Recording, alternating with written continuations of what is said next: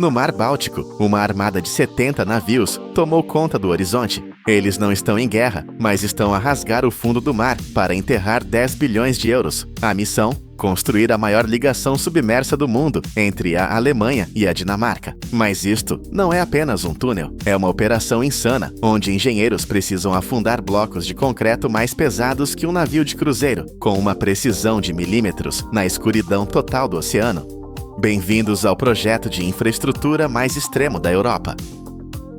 Para entender a loucura necessária para realizar esta obra, precisamos olhar para o mapa. De um lado temos a ilha alemã de Fehmarn, do outro, Lolland, a quarta maior ilha da Dinamarca. Entre elas existe apenas uma faixa de água traiçoeira. Hoje, a única forma de atravessar é de ferry. Pode parecer uma viagem tranquila, mas na realidade é um gargalo logístico. Você espera o barco chegar, embarca e depois perde 45 minutos na travessia. E isso é num dia bom.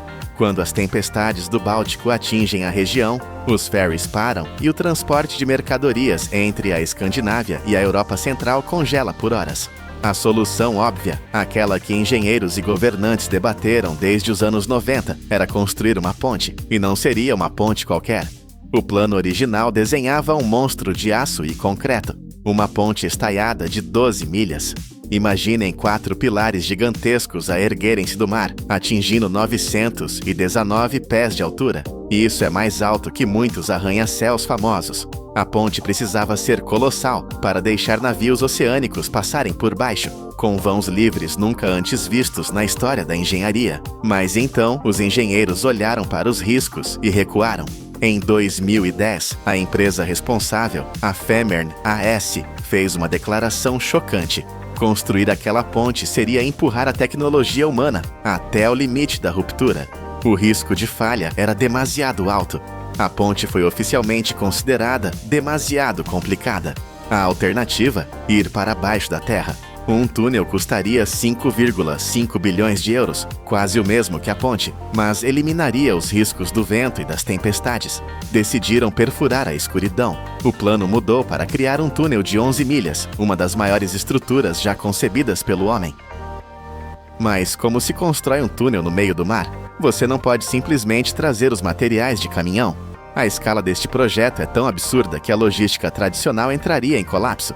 A solução foi tão radical quanto o próprio túnel. Se a fábrica não existe, nós construímos uma.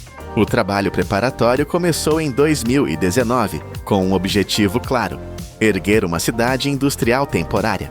Em Rødbyhavn, na Dinamarca, nasceu uma planta que cobre cerca de 11 milhões de pés quadrados. Para você ter uma ideia, esta é a maior fábrica de produção de túneis do mundo. Dentro deste gigante, foram montadas 6 linhas de produção que funcionam dia e noite, mas uma fábrica precisa de ser alimentada. Por isso, a Fehmarn AS construiu também um porto inteiro do zero. Este porto não serve para turistas. Foi desenhado para engolir quantidades bíblicas de matéria-prima. Estamos a falar de navios a descarregar pedra, areia, cascalho e aço, lidando com até 80 mil toneladas de materiais por semana. Tentar mover isto por estrada exigiria um exército de caminhões que entupiria as estradas da Europa. O mar era a única via possível. Ao redor da fábrica, ergueram-se alojamentos e escritórios, criando uma comunidade focada num único objetivo: alimentar a besta industrial que vai unir 2 países. O que sai desta fábrica desafia a imaginação. O túnel não é escavado como um metro, ele é montado como um Lego gigante. Mas as peças deste Lego são os objetos de concreto mais pesados que a humanidade já tentou mover. Cada seção do túnel mede 712 pés de comprimento. Imagine 2 campos de futebol colocados em linha. A largura é de 131 pés e a altura de 33 pés. É um edifício de 3 andares deitado. Mas o número que realmente assusta é o peso. Cada uma destas seções pesa 73.500 toneladas. Para colocar isto em perspectiva, pense num navio de cruzeiro moderno, como o MS Zuiderdam, que leva 2.000 passageiros. Esse navio pesa 82.000 toneladas. Cada pedaço de túnel que sai desta fábrica pesa quase tanto quanto um navio de cruzeiro inteiro. E o projeto não precisa de um nem de dois. Eles precisam fabricar 79 destas seções titânicas.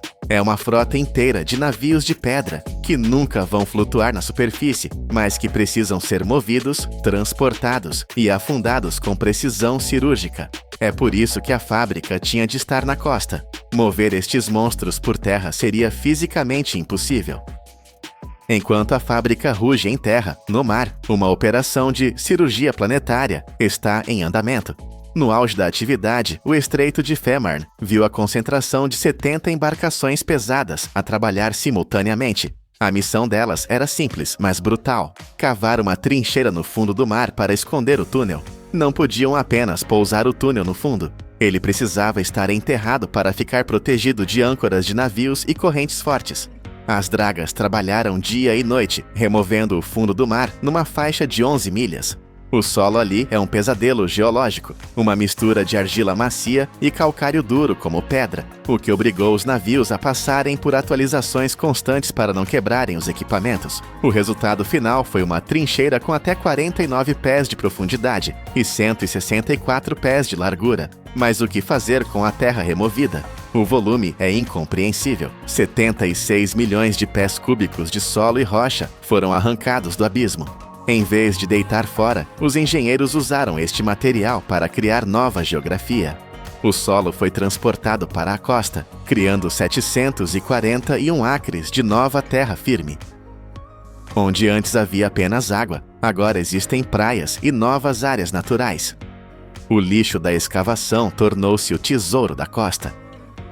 Com a trincheira pronta e os leviatãs de concreto a sair da fábrica, chegamos ao momento de maior tensão de todo o projeto: a imersão. É aqui que 10 bilhões de euros podem ser perdidos num piscar de olhos. A partir de 2025, o processo começa. Para mover estes blocos de 73 mil toneladas, usam-se pontões submersíveis especiais que abraçam a seção de concreto. Uma frota de rebocadores puxa lentamente o monstro para o mar, posicionando-o exatamente acima da trincheira escura. O mergulho não é automático. Numa sala de controlo a bordo dos pontões, uma equipa de elite de 22 pessoas monitoriza cada centímetro da descida. Eles operam guinchos com cabos de aço, que totalizam mais de 124 milhas de comprimento. Tanques de lastro são enchidos com água para forçar o concreto a descer, lutando contra a física, que quer manter o ar dentro do túnel a flutuar. O desafio é a precisão. Na escuridão, a 40 metros de profundidade, eles precisam encaixar um bloco no outro com uma precisão de apenas 0,5 polegadas. Meia polegada. Se errarem, a vedação falha e a água invade tudo. Câmaras subaquáticas e sonares guiam o processo. Quando as peças se tocam, juntas de borrachas gigantes selaram a união. Estas borrachas foram desenhadas para durar 120 anos, sob a pressão esmagadora do mar. Todo este processo, transportar e instalar uma única seção, é uma maratona de 40 horas ininterruptas de tensão absoluta. Depois, o túnel é coberto com areia e pedra, desaparecendo para sempre da vista humana. Mas uma obra desta magnitude não acontece sem deixar cicatrizes. O projeto enfrentou a fúria da natureza e dos ambientalistas. O fundo do mar não era um deserto, estava cheio de vida. Recifes antigos estavam no caminho das dragas. Inicialmente, o projeto dizia que os recifes estariam seguros, mas em 2020 a verdade veio à tona. Habitats vitais seriam destruídos. O tribunal chegou a parar a obra temporariamente, mas a máquina do progresso não pode ser travada por muito tempo. As restrições foram levantadas, condenando 23 acres de recifes. Como compensação, a Fehmarn AS prometeu construir 105 acres de novos recifes artificiais, numa tentativa de pagar a sua dívida para com o oceano. E não é apenas a natureza que sofre, há também o medo humano. O sistema de ferries, que hoje faz 315 viagens por semana, é o sustento de muitas famílias. Quando o túnel abrir, os ferries e os empregos que eles sustentam podem desaparecer. Além disso, há um problema que ninguém previu no início: a velha ponte de Fehmarn Sound. Construída em 1958, em plena Guerra Fria, esta ponte é uma relíquia. Ela até tem câmaras secretas nos pilares para explosivos, desenhadas para explodir a ponte em caso de invasão inimiga. O problema? Esta ponte velha é a porta de entrada para a Alemanha e ela está a cair aos pedaços. Testes de carga mostraram que ela jamais aguentaria o tráfego pesado que o novo túnel gigante vai trazer. Seria um funil desastroso. A solução foi adicionar mais dinheiro à conta e construir um irmão mais novo. Um segundo túnel, menor, com cerca de 1,5 km de comprimento, será construído para substituir a velha ponte. Ele usará a mesma fábrica e a mesma tecnologia do gigante, custando mais 714 milhões de euros. É uma obra dentro da obra. Depois de décadas de planeamento, adiamentos e datas de conclusão, que saltaram de 2021 para 2029, o fim está finalmente à vista. Por que fazer tudo isto? Por que gastar 10 bilhões de euros e mover montanhas de terra? A resposta é simples: velocidade e conexão. Hoje, atravessar de Rugbyhaven para Fehmarn é uma jornada de 45 minutos de ferry, mais o tempo de espera. Quando o túnel abrir, você entrará no seu carro e estará no outro país em apenas 10 minutos. É uma revolução temporal. E se você for de trem, a mudança é ainda mais brutal. Os novos trens de alta velocidade vão disparar pelo túnel a 124 milhas por hora. A travessia do estreito levará apenas 7 minutos. 7 minutos para cruzar o mar. O impacto geográfico é imenso. A viagem entre Copenhaga e Hamburgo, as duas maiores metrópoles da região, hoje leva quase 5 horas. Com o túnel, esse tempo cai para 2 horas e meia. De repente, a Dinamarca e a Alemanha deixam de ser vizinhos distantes para se tornarem uma única zona econômica integrada. Este projeto é a prova final da ambição humana. Recusamo-nos a aceitar a geografia como destino. Construímos fábricas titânicas, criamos novas terras e mergulhamos navios de concreto no abismo, tudo para ganhar 2 horas. No mundo moderno, o tempo é o recurso mais valioso de todos, e a Europa acabou de gastar 10 bilhões para comprar um pouco mais dele. O túnel de Fehmarn Belt não é apenas uma estrada sob a água, é um monumento à nossa recusa em parar. Os Estados Unidos quebraram um silêncio de 40 anos. Para salvar 500 mil de pessoas de uma seca bíblica, engenheiros não estão apenas bloqueando um rio com concreto. Eles estão perfurando as montanhas rochosas e erguendo uma parede colossal de 107 metros feita de asfalto quente. Este é o projeto Chimney Hollow, 690 milhões de dólares, para construir o coração negro que manterá o Colorado vivo. Para entender a loucura necessária para aprovar este projeto, você precisa primeiro sentir a poeira na boca. O oeste americano não está apenas com sede, ele está morrendo. Os cientistas confirmaram que estamos vivendo a pior seca dos últimos 1.200 anos. Não é um ciclo ruim de uma década, é uma mudança fundamental na estrutura do clima. Os gigantescos reservatórios que sustentaram o crescimento da América no século XX, o Lago Mead e o Lago Powell, recuaram tanto que revelaram barcos afundados da Segunda Guerra Mundial e leitos de rios que estavam submersos há gerações. Imagine olhar para o tanque de água da sua casa e ver que restam apenas 10%.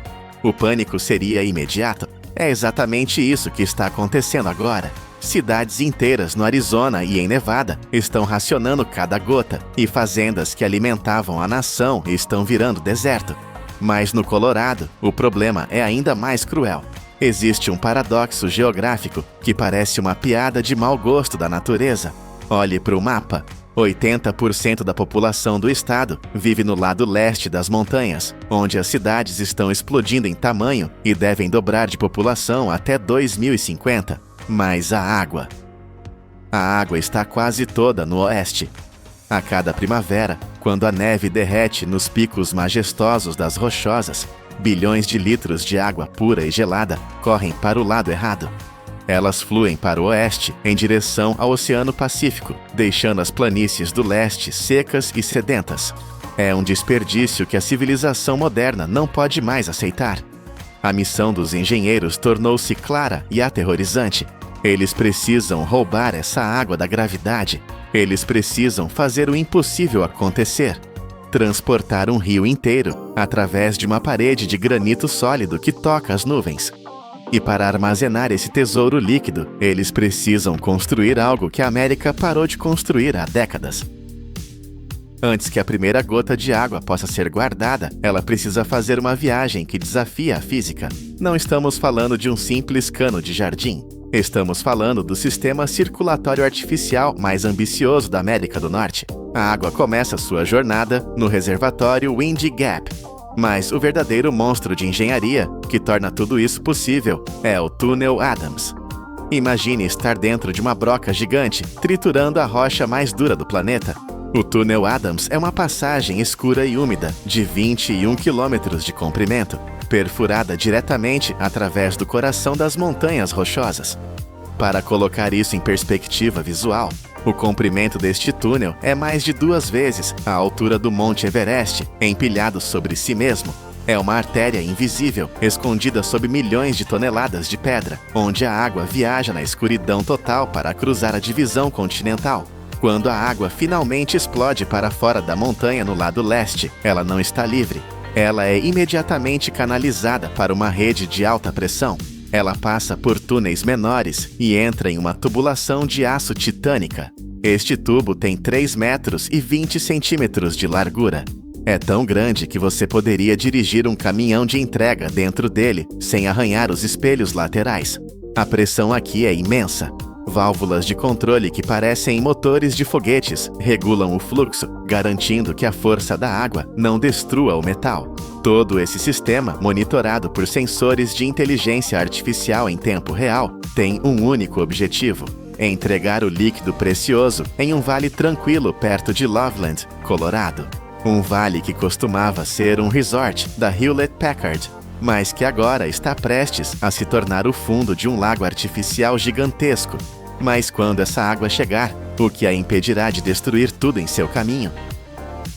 Aqui chegamos ao local da construção, onde a escala humana desaparece. O que está sendo erguido no Chimney Hollow não é uma barragem comum. Esqueça a imagem da represa Hoover, aquele arco de concreto branco e rígido que você vê nos filmes. Aquilo foi o símbolo do século XX. O século XXI exige algo diferente. Esta é uma barragem de aterro, uma montanha artificial meticulosamente construída por mãos humanas e máquinas gigantes. A parede se ergue a 107 metros de altura. Isso é equivalente a um arranha-céu de 35 andares, bloqueando a saída do vale. O comprimento da crista da barragem se estende por mais de 1 quilômetro, cobrindo uma distância igual a 11 campos de futebol profissional colocados em linha reta. O volume de material movido aqui é incompreensível. Caminhões basculantes que parecem brinquedos à distância transportaram e depositaram 6,8 milhões de metros cúbicos de rocha. Eles estão construindo uma pirâmide moderna, camada por camada. Quando estiver cheio, este reservatório segurará 1,22 bilhões de metros cúbicos de água. Isso é água suficiente para abastecer toda a cidade de Denver por 5 anos inteiros. A pressão na base dessa parede será esmagadora. Se essa barragem falhar, a catástrofe seria bíblica. Mas houve um momento de pânico silencioso no início do projeto. Para construir uma barragem de rocha, você precisa de um núcleo impermeável, geralmente feito de argila, para impedir que a água passe pelos espaços entre as pedras.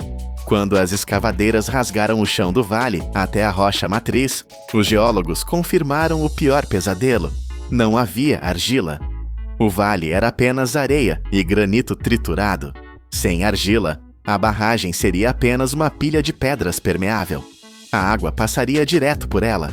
O projeto de 690 milhões de dólares parecia condenado antes mesmo de começar. Mas a engenharia americana olhou para a Europa, especificamente para a Noruega e a Suécia, e encontrou uma solução radical. Eles decidiram abandonar a terra e usar o petróleo. A solução é o asfalto, mas não o asfalto que você dirige todos os dias. Estamos falando de núcleo de asfalto hidráulico, uma tecnologia tão rara que este é apenas o segundo projeto em toda a história da América do Norte a utilizá-la. É aqui que o vídeo se torna quente e viscoso. Imagine uma fábrica química montada no meio das montanhas. O cheiro de betume quente enche o ar. As máquinas aquecem uma mistura especial de pedras finas e betume a uma temperatura infernal de 150 graus Celsius. A mistura é negra, brilhante e mortalmente quente. Esta substância não é despejada de qualquer jeito. Uma pavimentadora especial, guiada por laser e GPS, deposita o asfalto no centro exato da barragem, subindo camada por camada, à medida que as rochas são empilhadas ao redor. O resultado é um núcleo preto, vertical, que funciona como a espinha dorsal da barragem. Mas por que asfalto? A resposta é genialidade pura. O concreto é duro, mas é quebradiço. Se o chão se mover, o concreto racha. O asfalto nesta mistura especial é viscoelástico. Isso significa que ele é sólido o suficiente para ficar em pé, mas flexível o suficiente para fluir. Pense nisso como um coração de pedra envolto em uma camada gigante de borracha indestrutível. Se um terremoto sacudir as montanhas, ou se a barragem assentar com o peso colossal da água, o núcleo de asfalto não vai rachar. Ele vai se dobrar, ele vai se adaptar. Se uma pequena fissura aparecer, a pressão e o calor natural farão com que o asfalto sangre para dentro da rachadura, selando-a automaticamente.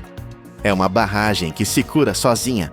É a fusão perfeita de força bruta e química avançada. Para instalar isso, eles tiveram que bombear concreto líquido nas profundezas da terra, criando uma cortina de isolamento na rocha-mãe, e depois construir este núcleo negro, centímetro por centímetro, sob o sol escaldante e a neve congelante. É uma barreira feita para durar não décadas, mas séculos.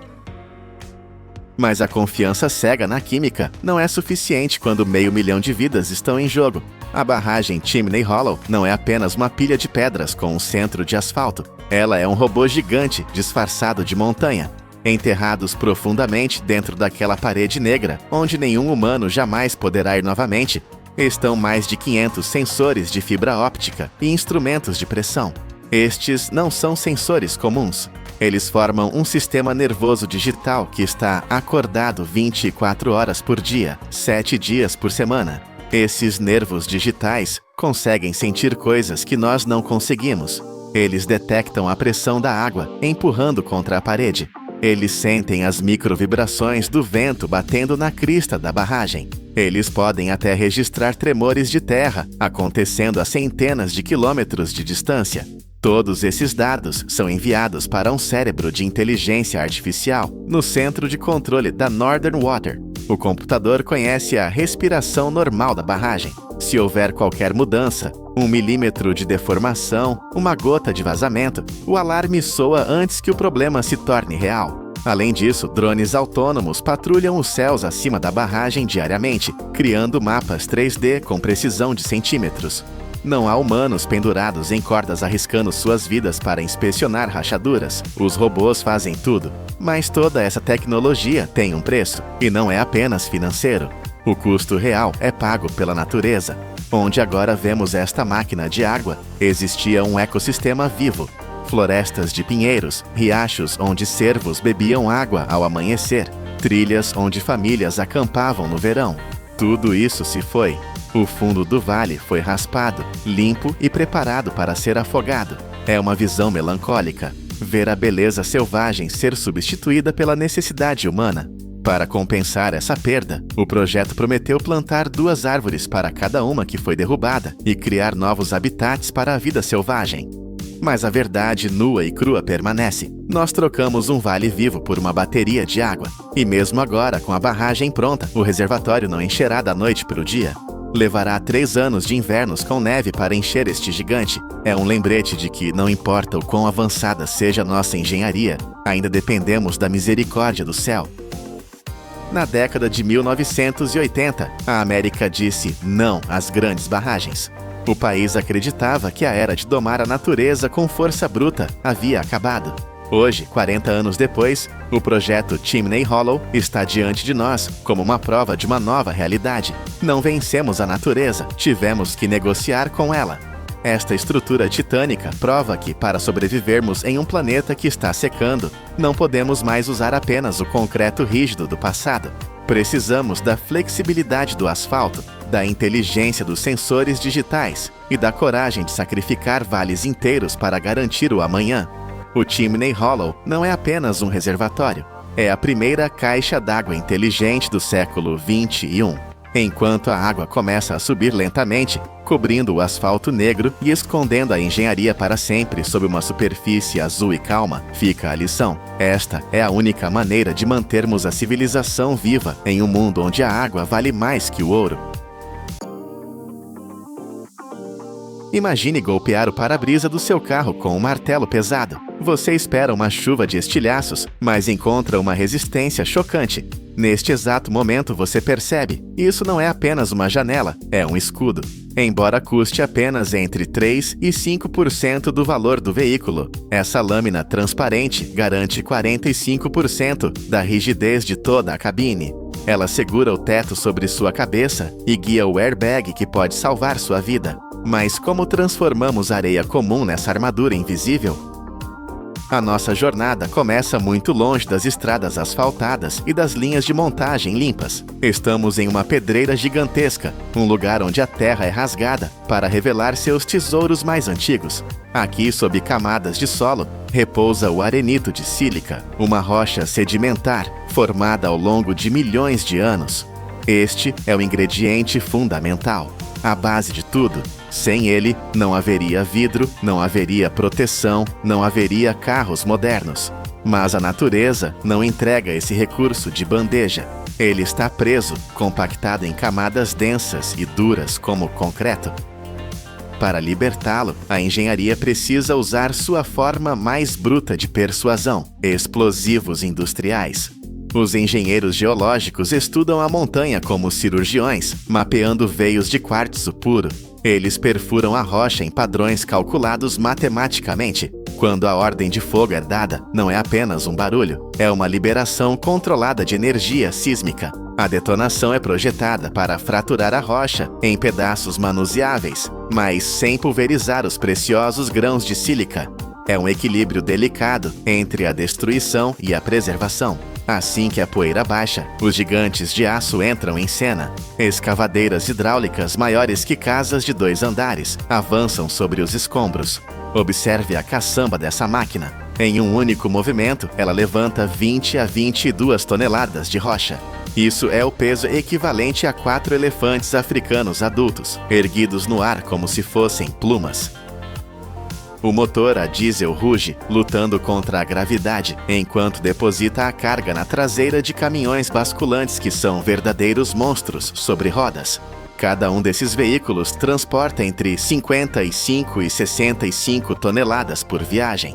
Eles são o sangue que corre nas veias dessa operação, subindo e descendo as bancadas escalonadas da mina. Degraus gigantescos de 15 metros de altura, esculpidos na própria crosta terrestre. O caminhão basculante chega à estação de processamento e despeja sua carga com um estrondo ensurdecedor. O que temos aqui ainda é rocha suja, misturada com argila e impurezas que arruinariam qualquer vidro. A transformação de pedra para cristal começa agora. A primeira linha de defesa é o triturador de mandíbulas. Imagine 2 placas de aço maciço, movidas por motores de força incalculável, que mastigam as rochas como se fossem biscoitos. O som é aterrorizante, o som da geologia, sendo quebrada pela vontade humana. As pedras são reduzidas a fragmentos de 5 a 10 centímetros. O tamanho ideal para o próximo passo. Mas o tamanho não é tudo. A pureza é a lei. O material triturado entra em um sistema de lavagem de alta pressão. Jatos de água, disparados a 75 libras por polegada quadrada, bombardeiam cada pedra. Para você ter uma ideia, essa pressão é forte o suficiente para arrancar a tinta de um carro ou ferir a pele humana. Aqui, ela serve para arrancar a argila teimosa e a poeira milenar que cobre o quartzo. A água sai turva, carregando o lixo, enquanto a sílica brilha, limpa e pronta. Agora, entramos no laboratório dos alquimistas industriais. A areia de sílica pura é excelente, mas ela precisa de ajuda para derreter. Se tentássemos derreter apenas a areia, precisaríamos de temperaturas tão altas que destruiriam o forno. Por isso, adicionamos carbonato de sódio para baixar o ponto de fusão, calcário para estabilidade e o ingrediente secreto, vidro reciclado ou cacos. Esses cacos não são lixo, eles são aceleradores de energia. Como já foram vidro antes, eles derretem mais rápido, ajudando a homogeneizar a mistura. Tudo isso é misturado em proporções exatas, grama por grama, criando o que chamamos de lote. É uma receita que não admite erros. Agora, prepare-se para o calor. O lote é despejado na boca do forno de fusão contínua, uma estrutura que nunca dorme, nunca esfria e nunca para. Dentro desta câmara, recriamos as condições do interior de um vulcão ativo. A temperatura sobe para impressionantes 1.538 graus Celsius, ou 2.800 graus Fahrenheit. Nesse nível de calor, a areia não tem chance. A estrutura cristalina do quartzo, que resistiu por milhões de anos, colapsa e se rende, transformando-se em um rio de líquido incandescente. Mas derreter não é o suficiente. O vidro precisa ser perfeito. Se houver uma única bolha de ar microscópica, o para-brisa final será rejeitado. Por isso, o vidro derretido permanece neste inferno controlado por 50 longas horas, 2 dias inteiros de purificação pelo fogo. Durante esse tempo, o líquido circula, as bolhas sobem para a superfície e estouram, e a mistura se torna perfeitamente homogênea. Sensores infravermelhos e câmeras blindadas contra o calor vigiam o processo. Os operadores olham através de vidros escuros especiais, observando o rio de luz laranja.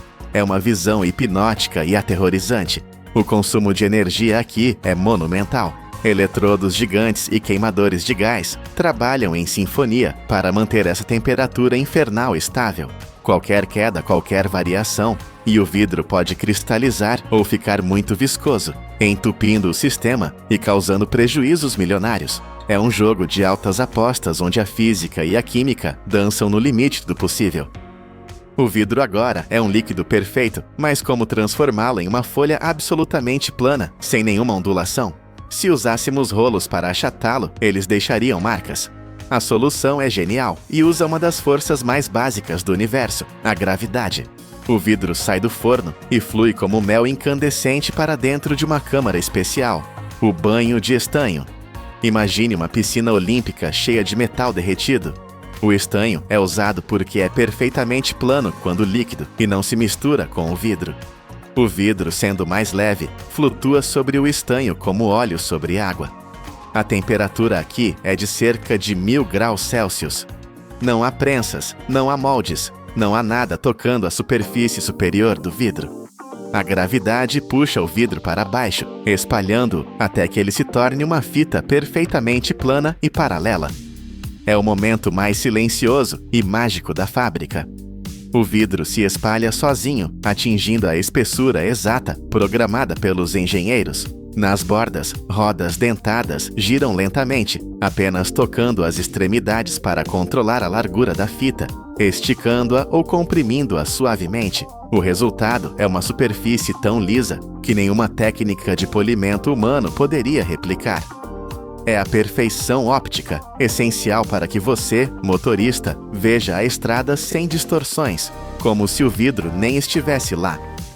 Mas há um inimigo invisível escondido dentro desse vidro perfeito, a tensão térmica. Se resfriarmos o vidro muito rápido, ele explodirá em 1000 pedaços devido ao choque de temperatura. Para evitar isso, a fita de vidro entra no forno de recozimento, um túnel longo onde o tempo parece desacelerar. Aqui, a temperatura cai de 600 graus para a temperatura ambiente, mas de forma incrivelmente lenta e controlada. É como acalmar uma fera enfurecida. Esse processo realinha as moléculas, removendo o estresse interno e garantindo que o vidro possa ser cortado sem se estilhaçar. Ao sair do túnel, o vidro está frio ao toque, sólido e transparente. Agora, a precisão cirúrgica entra em ação. Um braço robótico, movendo-se mais rápido do que o olho pode acompanhar, desce sobre a fita de vidro. Na ponta desse braço não há uma serra, mas um diamante industrial. O diamante não corta o vidro como uma faca corta pão. Ele apenas fere a superfície, criando uma linha de tensão microscópica, um arranhão perfeito. Imediatamente após o risco, uma barra de pressão desce e aplica um golpe seco e calculado. Crack. O som é nítido. O vidro se separa exatamente onde o diamante ordenou. Não há margem para erro. As bordas são afiadas como navalhas. prontas para cortar carne e osso. Por isso, robôs ou trabalhadores com equipamentos de proteção pesada manuseiam as peças. Essas folhas planas são agora as telas em branco, prontas para serem moldadas nas curvas aerodinâmicas dos carros do futuro. Mas os carros modernos não têm vidros planos, eles têm curvas, aerodinâmica, estilo. Para dobrar o que é rígido, precisamos voltar ao calor. As folhas de vidro cortadas são colocadas em moldes de aço que imitam a curvatura exata do teto e das colunas do carro. Elas viajam para dentro de outro forno, aquecidas a cerca de 600 graus Celsius. O vidro amolece, relaxa e, sob seu próprio peso, ou com a ajuda de uma prensa suave, abraça o molde, copiando sua forma com fidelidade absoluta. Agora vem o passo mais crítico para a sua segurança: a laminação. Um para-brisa nunca é apenas um pedaço de vidro, é um sanduíche tecnológico. Robôs colocam uma folha fina de polivinil butiral, ou PVB, entre duas lâminas de vidro curvo. Parece uma folha de plástico opaca e sem graça, mas é o herói secreto dessa história. Esse sanduíche passa por rolos de pressão para tirar o ar e depois entra na autoclave. A autoclave é como uma panela de pressão gigante para titãs. Lá dentro, sob alta pressão e calor, o plástico derrete e se funde quimicamente ao vidro, tornando-se totalmente transparente, mas sua função mudou para sempre. Se uma pedra atingir seu carro a 120 km por hora, o vidro vai quebrar, sim, mas não vai voar na sua cara. A camada de PVB segura os cacos, mantendo a estrutura íntegra. Além disso, essa camada bloqueia 99% dos raios ultravioleta, protegendo sua pele e o interior do carro, e age como uma barreira acústica, deixando o barulho do vento e do motor do lado de fora. Antes de sair da fábrica, cada peça passa pelo julgamento final. Lasers varrem a superfície em busca de defeitos menores que um grão de poeira. Câmeras de alta resolução verificam a curvatura. Luzes especiais revelam distorções que poderiam cansar os olhos do motorista. Apenas o vidro perfeito recebe o selo de aprovação. Eles são empilhados em racks acolchoados, prontos para serem enviados para as montadoras ao redor do mundo. Pense nisso na próxima vez que você fechar a porta do seu carro e sentir aquele silêncio reconfortante. Aquele escudo transparente à sua frente começou como uma rocha bruta no fundo de uma mina. Ele viajou através de explosões, foi banhado em ácido, derretido em temperaturas vulcânicas, flutuou em metal líquido e foi prensado com precisão molecular. Tudo isso para que, quando você estiver na estrada, possa esquecer que ele existe. Ele é a barreira invisível, o guardião silencioso que suporta toneladas de pressão e enfrenta os elementos para que você chegue ao seu destino seguro. Essa é a promessa silenciosa da indústria: transformar o caos da natureza na ordem da sua segurança. E isso acontece milhões de vezes por ano, peça por peça, sem falhas. Imagine 15 grandes pirâmides de Gizé, não feitas de pedra, mas preenchidas até o topo com um lodo tóxico e negro. Nos últimos 10 anos, 198 milhões de libras de petróleo foram derramadas nos nossos oceanos. Quando o navio MT Solar 1 afundou, levando consigo uma carga mortal, a humanidade descobriu uma verdade aterrorizante: nossas tecnologias de bilhões de dólares falharam. A salvação não veio de robôs futuristas, mas do lixo que jogamos fora. Como o cabelo humano e a casca de coco humilharam a engenharia moderna. Bem-vindos ao poder da indústria. Para entender o peso dessa crise, precisamos olhar para o abismo. Era 11 de agosto de 2006. O petroleiro MT Solar 1, carregado pela Petron Corporation, navegava pelas águas das Filipinas. Mas ele carregava mais do que combustível. Carregava uma bomba relógio ambiental. Devido à idade avançada e ao peso excessivo, o gigante de aço sucumbiu. Ele mergulhou 3.000 pés para a escuridão do fundo do mar. O impacto foi devastador. O navio liberou 550 mil galões de óleo bunker. Não estamos falando de gasolina comum que evapora. O óleo bunker é espesso, pesado, um veneno viscoso usado em navios industriais. Para visualizar isso, imagine 840 piscinas de quintal cheias de alcatrão líquido. Esse volume colossal transformou o paraíso da ilha de Guimaras em um inferno negro. Esta ilha, famosa mundialmente por suas mangas doces e praias de areia branca, viu suas águas cristalinas morrerem. A mancha cobriu 3.700 acres de ecossistema. Florestas de mangue, vitais para a vida marinha, foram sufocadas. Recifes de coral, que levaram séculos para crescer, foram transformados em pedra negra da noite para o dia. O desastre atingiu o coração da economia local. 20.000 pescadores acordaram sem trabalho. A água estava tão poluída que a pesca foi proibida. Famílias inteiras perderam tudo. Crianças deixaram a escola porque não havia dinheiro. O turismo que trazia bilhões de pesos evaporou. As Filipinas fizeram o que qualquer nação moderna faria: ativaram os protocolos de emergência, trouxeram o que havia de melhor no mercado internacional: barreiras flutuantes de contenção, navios com escumadeiras mecânicas, absorventes industriais. Parecia um exército tecnológico pronto para a guerra, mas houve um problema terrível. O óleo bunker riu dessas tecnologias. Ele era denso demais. Ele não flutuava simplesmente. Ele se aglutinava, colava nas rochas, penetrava na areia e passava por baixo das barreiras. As máquinas ocidentais, projetadas para óleos mais leves, tornaram-se sucata inútil. Além disso, a geografia era um pesadelo. A reserva marinha ficava longe, acessível apenas por estradas estreitas, onde a maquinaria pesada não passava. Não havia navios de limpeza americanos ou europeus por perto. Diante do apocalipse ecológico, com a tecnologia de ponta derrotada, o país teve que tomar uma decisão que parecia uma piada cruel: limpar o oceano com as próprias mãos. Quando o metal e o plástico falharam, a engenharia olhou para a biologia. A solução encontrada foi tão bizarra que o mundo duvidou. Eles decidiram usar cabelo humano. Sim, o mesmo cabelo que varremos do chão das barbearias. De repente, uma mobilização nacional começou. De Manila a Cebu, milhares de salões de beleza pararam de jogar o cabelo no lixo. Estudantes universitários formaram filas, não para festas, mas para raspar a cabeça e doar seus fios para salvar o mar. Mas por que cabelo? Isso não é magia, é física pura. O cabelo humano tem uma estrutura superficial única, cheia de escamas microscópicas. Ele é o que os cientistas chamam de oleofílico e hidrofóbico.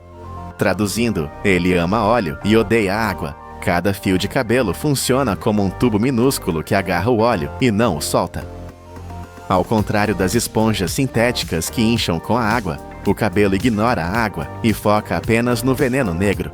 Ele flutua na superfície, absorvendo a mancha tóxica sem parar. A eficácia é assustadora.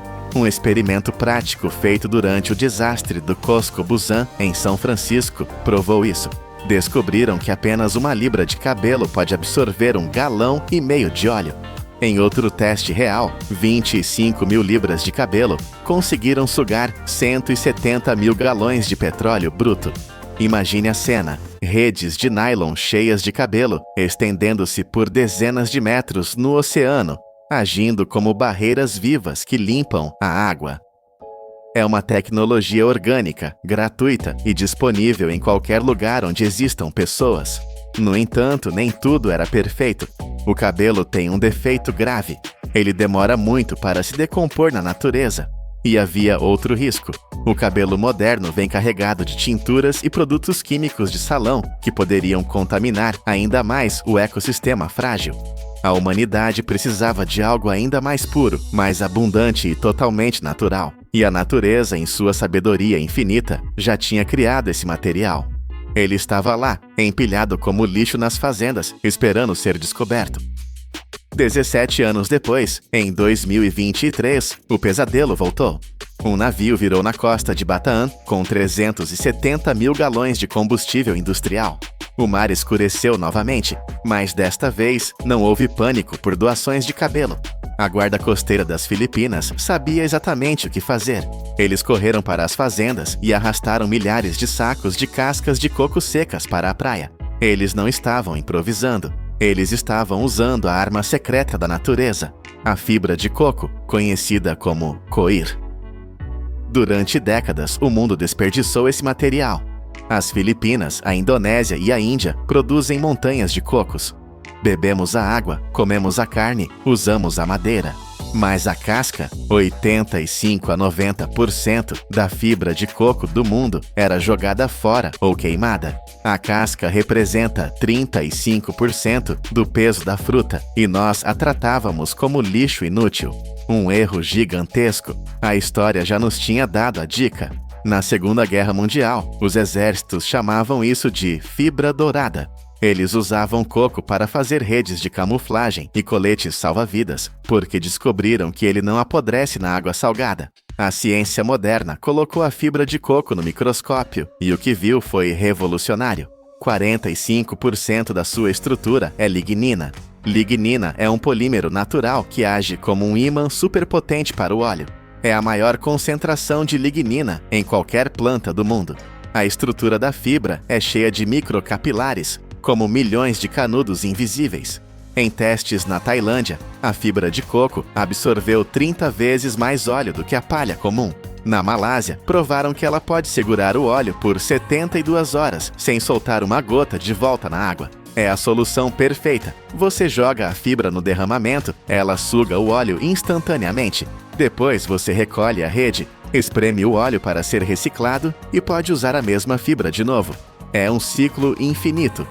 E quando a fibra finalmente se desgasta, ela vira adubo ou biocombustível. É 20 a 30 vezes mais barato que as barreiras de plástico e não polui o mar com microplásticos. De repente, o que era lixo virou ouro. O preço da fibra de coco triplicou. Fábricas surgiram apenas para criar essas barreiras. A ONU declarou oficialmente a fibra de coco como o absorvente de óleo biodegradável mais eficaz que a humanidade possui.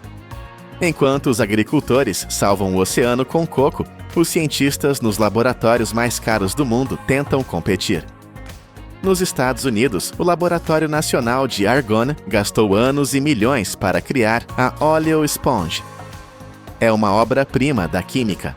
Eles usam um processo chamado síntese de infiltração sequencial para revestir o poliuretano com moléculas que atraem óleo.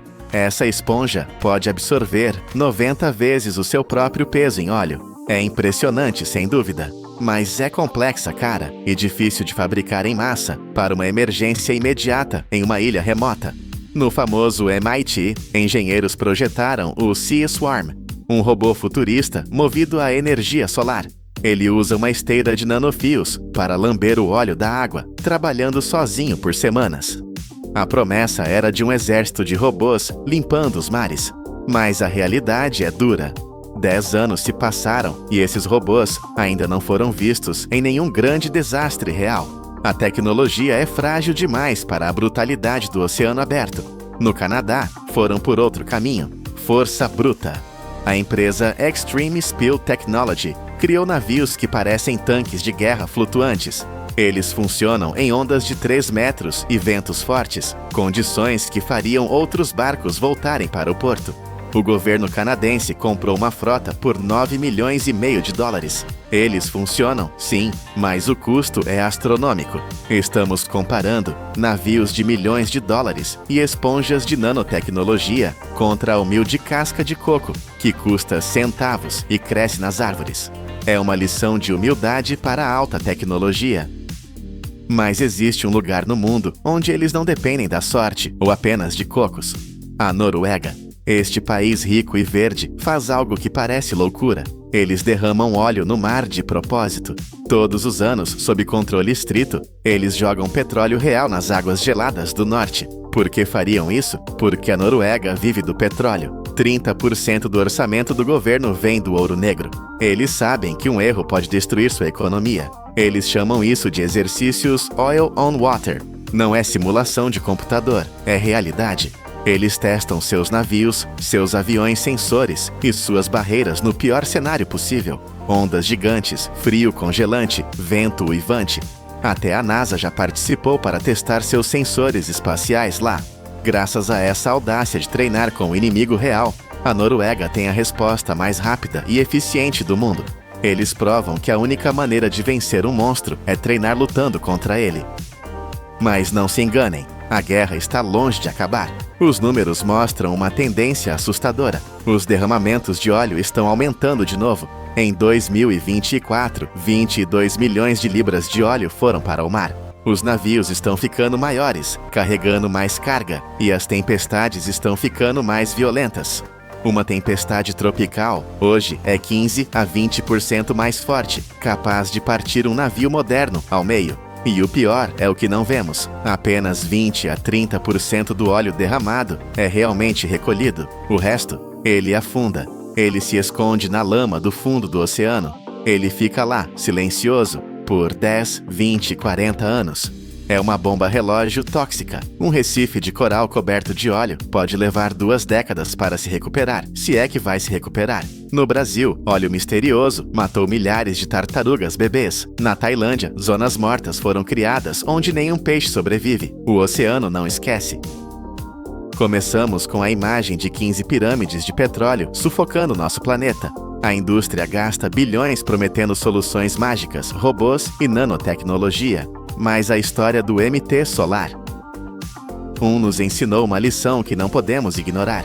Quando a maré negra chega, destruindo o sustento de milhares e matando ecossistemas inteiros, a tecnologia humana muitas vezes se ajoelha. E quem nos levanta? A própria natureza. A simples fibra de um coco, que considerávamos lixo, tornou-se nosso escudo mais forte. O cabelo que cortamos e jogamos fora tornou-se a rede que salva a vida marinha.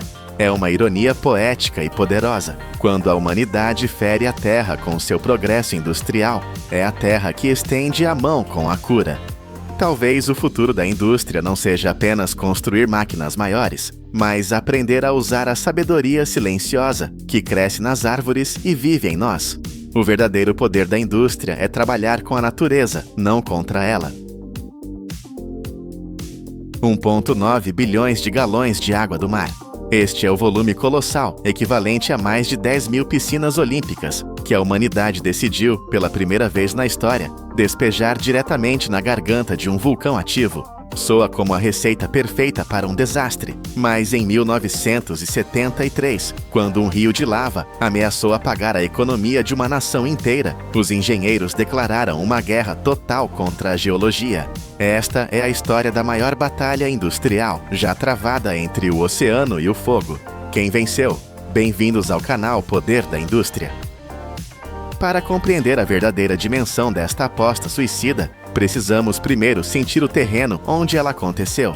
Estamos na Islândia, uma terra onde a beleza do gelo esconde uma violência geológica brutal, logo abaixo da superfície. Imagine um território que abriga até 130 vulcões, onde 30 deles ainda estão respirando, esperando o momento certo para despertar. Se o resto do mundo teme furacões ou terremotos, o pesadelo do islandês é o gigante de fogo que dorme no quintal de casa.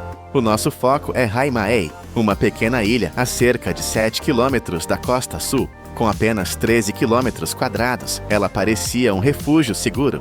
Ao lado da cidade, erguia-se o vulcão Eldfell. Durante 6.000 anos, ele permaneceu em silêncio absoluto. As gerações nasceram e morreram acreditando que a montanha estava morta. Mas no mundo da geologia, o silêncio é apenas uma pausa. A noite fatídica chegou em 21 de janeiro de 1973.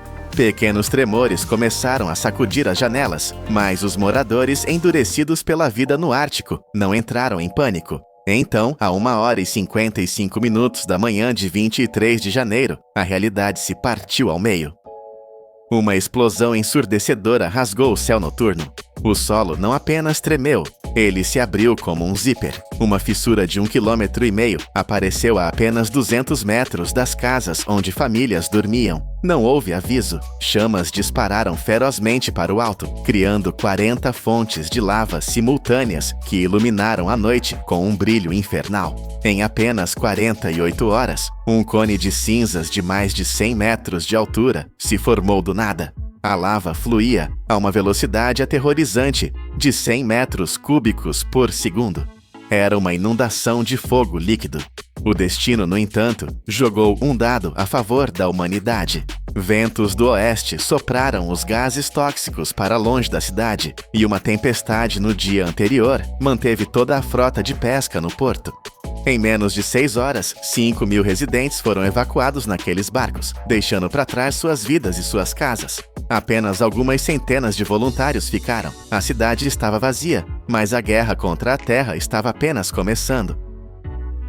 Com a evacuação concluída, a ilha de Heimaey ficou à mercê da física destrutiva.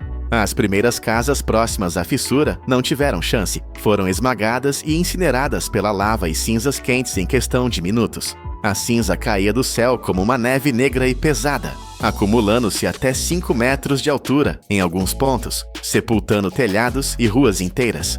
Mais de 400 casas foram obliteradas, mas o vulcão tinha armas mais terríveis do que apenas o fluxo lento. Ele lançava bombas de lava. Rochas incandescentes pesando toneladas eram disparadas para o céu e caíam sobre a cidade como artilharia de guerra, incendiando tudo o que tocavam. O fluxo principal de lava era um monstro de 40 metros de profundidade média, atingindo 100 metros em alguns pontos. Essa parede de rocha derretida avançava com uma força imparável, esmagando tanques de armazenamento de concreto e derrubando a usina de energia da ilha, cortando a luz e a água. Heimaey estava paralisada. Os 250 voluntários que ficaram para trás, pescadores, bombeiros, operários, tentavam limpar os telhados e salvar móveis, mas logo perceberam que varrer cinzas era inútil se a ilha deixasse de existir economicamente. O alvo da lava não era apenas as casas, era o porto. O porto de Heimaey não é apenas um cais, é o motor econômico que gera 3% de todo o produto interno bruto da Islândia. É o lar da frota pesqueira nacional. Se a lava bloqueasse a entrada do porto, a indústria pesqueira colapsaria e a ilha se tornaria uma rocha morta, sem motivo para ninguém retornar. O desespero exige medidas extremas. Foi nesse momento que oficiais e cientistas propuseram um plano que soava como delírio: usar o oceano para apagar o vulcão. A ideia era bombear água do mar diretamente na lava para resfriá-la e criar uma barreira. Tentativas anteriores no Havaí e na Itália falharam ou foram inconclusivas, mas a Islândia não tinha escolha. Eles decidiram realizar o maior experimento de engenharia natural da história. A ciência por trás dessa loucura era baseada em termodinâmica pura e brutal. O objetivo não era apagar o vulcão, mas roubar sua energia. Quando um jato massivo de água do mar atinge a lava a mais de 1000 graus Celsius, ocorre uma transferência de calor violenta. A água ferve instantaneamente, expandindo-se e transformando-se em vapor. Esse processo suga uma quantidade colossal de calor da rocha fundida. Ao perder calor, a lava muda de estado, de líquido viscoso para sólido imóvel. A crosta externa endurece rapidamente, criando rocha sólida. O segredo genial era que, enquanto a superfície endurecia, o interior ainda tentava fluir. Isso fazia com que a lava encontrasse resistência nela mesma, criando barragens internas. A própria lava resfriada tornava-se o muro que impedia o avanço do restante do fluxo. Havia também um efeito visual surreal. Como a água vinha do mar, a evaporação deixava para trás toneladas de sal. Manchas brancas gigantescas começaram a aparecer na superfície negra e fumegante, cobrindo a paisagem infernal como se fosse neve. Estima-se que 220.000 toneladas de sal foram depositadas sobre a rocha quente, mas a execução era um pesadelo. O vapor subia em colunas de centenas de metros, criando uma neblina escaldante que reduzia a visibilidade a zero. Trabalhar ali era caminhar dentro de uma sauna tóxica. As temperaturas perto da frente de lava chegavam a 1.200 graus Celsius, calor suficiente para derreter o aço dos equipamentos se não houvesse cuidado. Era homem contra a temperatura e a única arma era a água. A operação começou com o navio dragador Sunday, que chegou como a primeira linha de defesa, pulverizando cascatas de água do mar diretamente do porto sobre o fluxo. O Sunday conseguiu desacelerar o avanço em uma área crítica, mas a massa de lava era titânica demais para um único navio. A lava continuava a avançar, engolindo 1/5 da cidade até o final de março. Era preciso mais potência. Foi então que a cavalaria industrial chegou. Uma frota aérea e naval trouxe 32 bombas de água gigantescas diretamente dos Estados Unidos. Eram máquinas monstruosas, projetadas para fins industriais pesados. Cada uma dessas bombas podia mover 1.000 litros de água por segundo. Imagine o poder disso. Juntas, elas podiam drenar uma piscina olímpica em questão de minutos. Quando esses monstros mecânicos foram ligados em uníssono, o som era ensurdecedor, competindo com o rugido do próprio vulcão. A estratégia mudou de uma defesa desesperada para um ataque coordenado. Quilômetros de tubulações foram estendidos. O volume de água bombeada atingiu picos de insanidade, criando um rio artificial que fluía contra o Rio de Fogo. A lava começou a encontrar uma resistência que a natureza jamais previu. A frente de avanço começou a diminuir a velocidade. O exército de água estava funcionando, mas, para vencer, eles precisavam levar a batalha para o terreno do inimigo. Se bombear água da costa era perigoso, o que veio a seguir foi suicida. Para parar o fluxo principal, os engenheiros precisavam colocar as tubulações não na frente da lava, mas em cima dela. Tratores e escavadeiras, operados por homens com nervos de aço, dirigiram diretamente sobre a crosta de lava em movimento. Parece uma cena de filme de ação, mas era realidade.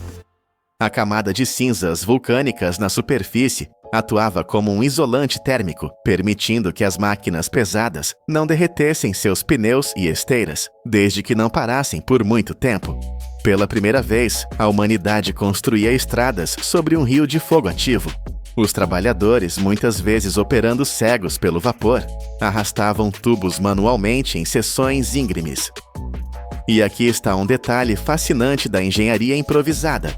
Eles não usaram apenas tubos de aço, eles usaram tubos de plástico.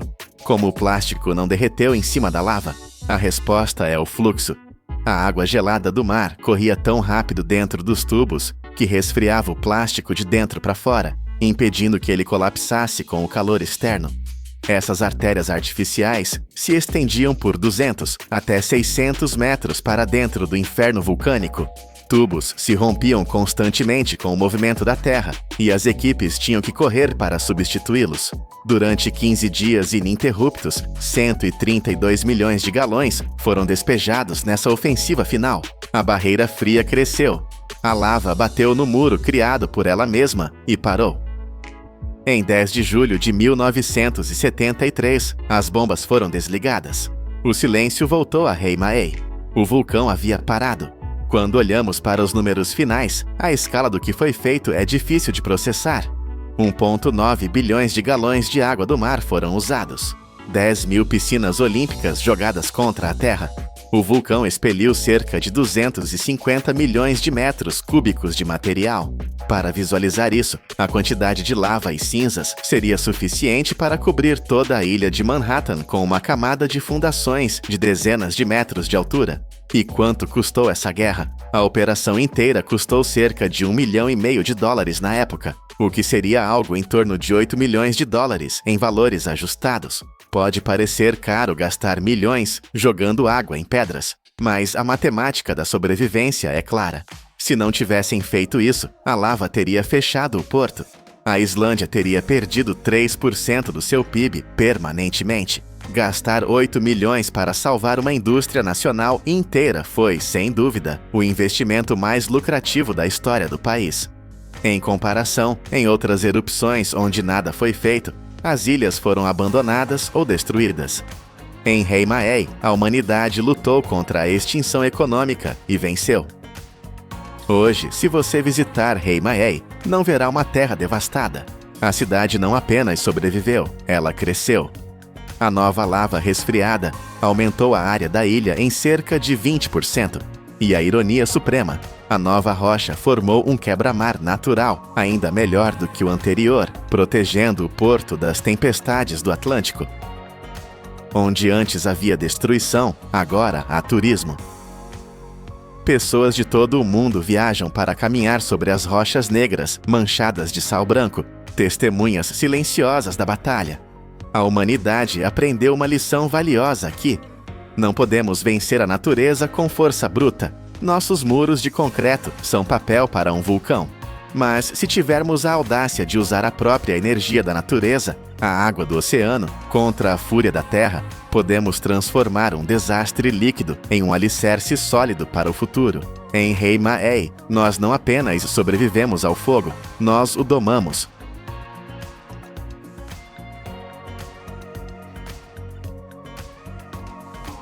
Em uma das regiões mais humildes da Índia, engenheiros realizaram o impossível. Eles pegaram o que considerávamos lixo, a casca peluda do coco, e a transformaram em uma estrada capaz de suportar monções que destroem o asfalto. A cada ano, 19 bilhões de cocos iniciam uma jornada. Mas como uma simples casca vegetal pode ser mais forte que o concreto contra a fúria da natureza?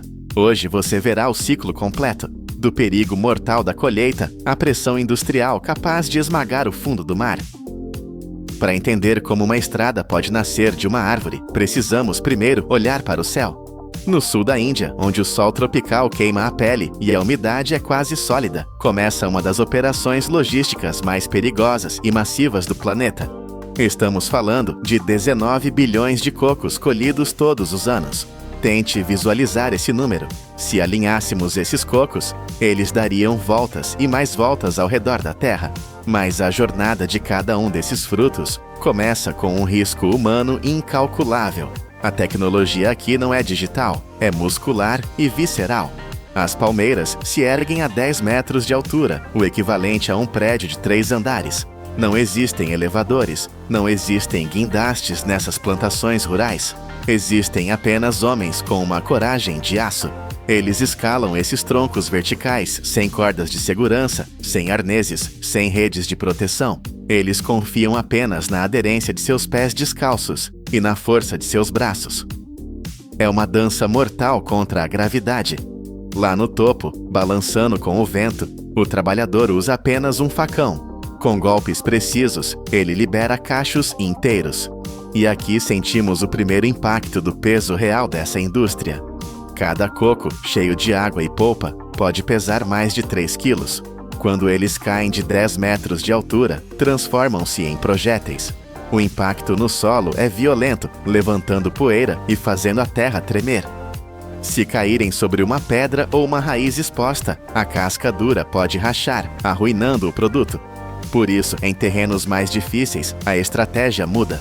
Do solo, operadores manobram varas de bambu ou metal de 10 metros de comprimento.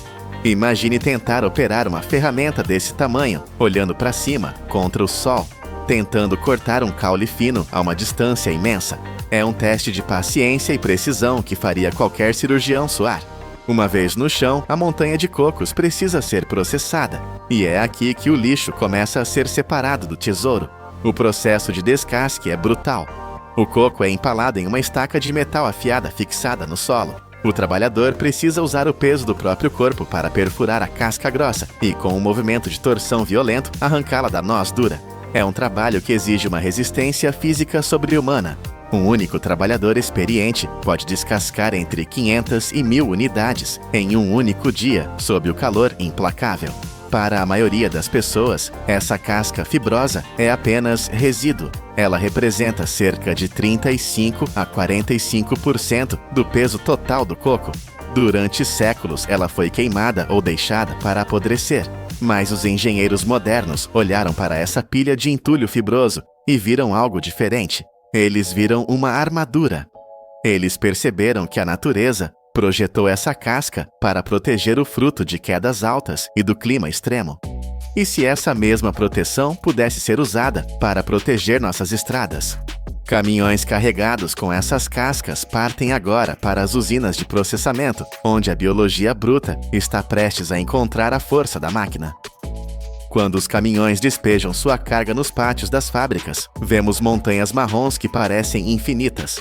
Essas instalações processam até 2 toneladas de fibra todos os dias. Mas há um inimigo que precisa ser derrotado antes que a transformação comece: a água. A casca do coco é como uma esponja natural, retendo umidade para nutrir o fruto.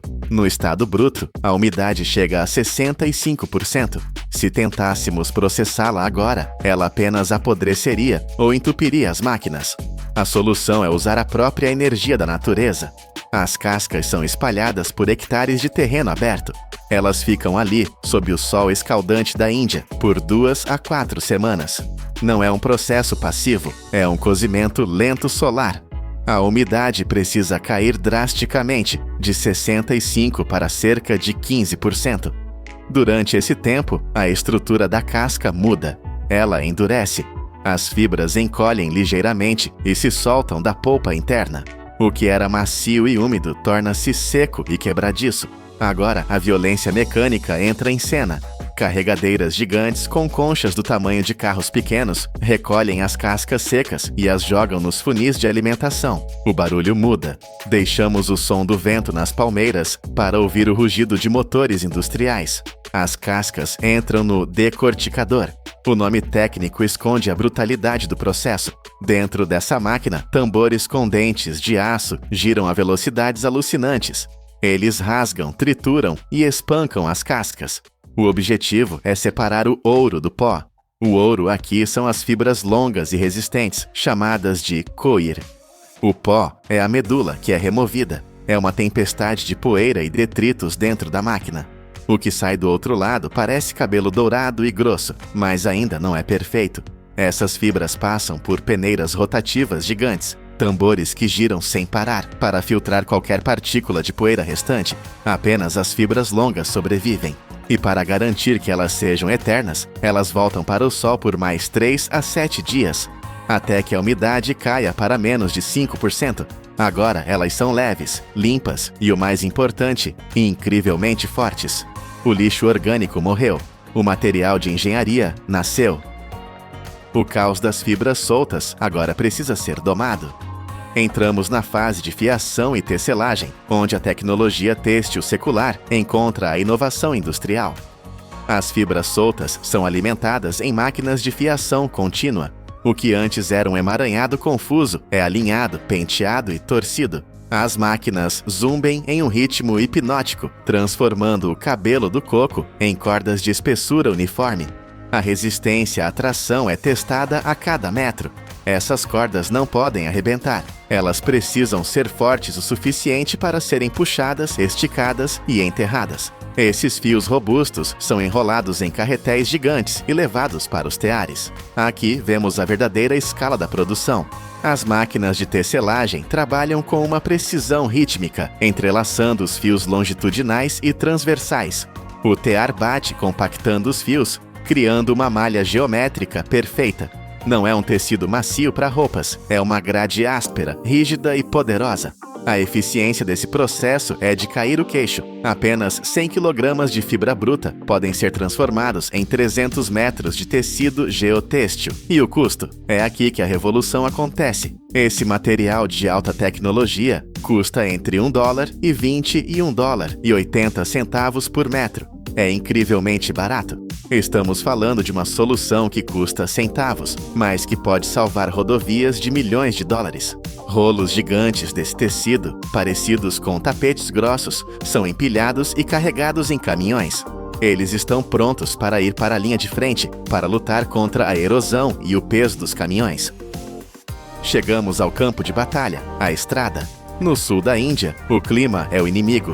2 monções por ano despejam torrentes de água, seguidas por um verão que racha o solo. O asfalto comum não tem chance. A água lava a terra por baixo dele, criando buracos e colapsos. Mas hoje, os engenheiros têm uma nova arma. Primeiro, rolos compressores pesados preparam o terreno, alisando a terra ferida. Então, a equipe desenrola o geotêxtil de coco. É uma visão impressionante. Uma longa faixa dourada cobrindo a terra nua. Os trabalhadores esticam o tecido, garantindo que não haja rugas, e o prendem ao chão com estacas de aço. Por que isso funciona? Pense nesse tecido como uma raiz artificial. Ele segura as partículas de solo no lugar, impedindo que a chuva as leve embora. Mas, ao contrário do plástico ou do concreto, o coco respira. Ele deixa a água passar, mas segura a terra. É um filtro inteligente criado pela natureza. Além disso, a malha distribui o peso. Quando um caminhão pesado passa, a força não se concentra em um ponto, afundando a estrada. Ela se espalha por toda a rede de fibras. Sobre essa rede, despeja-se cascalho. Rolos compressores passam novamente, vibrando o chão. forçando as pedras a se encaixarem nas fibras do coco. Eles se tornam um só corpo. O cascalho trava no tecido e o tecido trava no solo. É uma fundação indestrutível. Por fim, vem o asfalto quente e preto, a pele final da estrada. Mas a verdadeira força não está no asfalto. Está escondida embaixo dele, naquela casca de coco que um dia caiu de uma árvore de 10 metros. O resultado é uma estrada que dura anos a mais, economizando dinheiro e recursos, tudo graças ao que costumávamos chamar de lixo. Mas a casca fibrosa é apenas a armadura externa do coco. O que acontece com o interior? Enquanto a casca sustenta toneladas de concreto, o interior do coco entra em uma corrida de velocidade e higiene. A água de coco, aquele líquido que salvou náufragos e hidrata atletas, é extremamente delicada. Assim que o coco é aberto, o relógio começa a contar.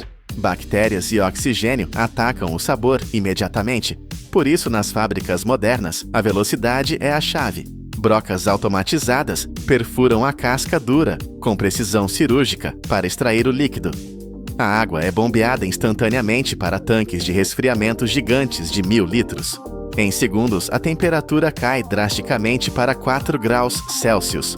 É um choque térmico necessário. O frio paralisa qualquer degradação biológica, travando o frescor no tempo. Após ser filtrada para remover qualquer partícula de casca, a água segue para a linha de envase. Aqui, a escala industrial é hipnotizante. Máquinas enchem e selam caixas multicamadas a uma velocidade de 6.000 unidades por hora. É mais de 1,5 por segundo.